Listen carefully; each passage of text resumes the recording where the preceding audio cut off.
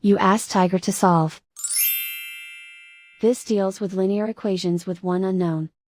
The final result is x equals 9. Let's solve it step by step. Group all constants on the right side of the equation. Subtract 8 from both sides.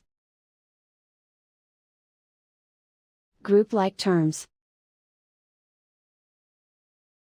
Simplify the arithmetic.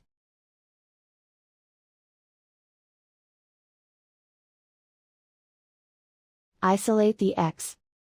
Multiply both sides by inverse fraction 3/2.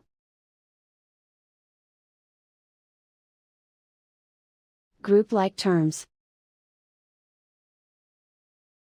Multiply the coefficients. Simplify the fraction. Multiply the fractions. Simplify the arithmetic. And so the final result is x equals 9.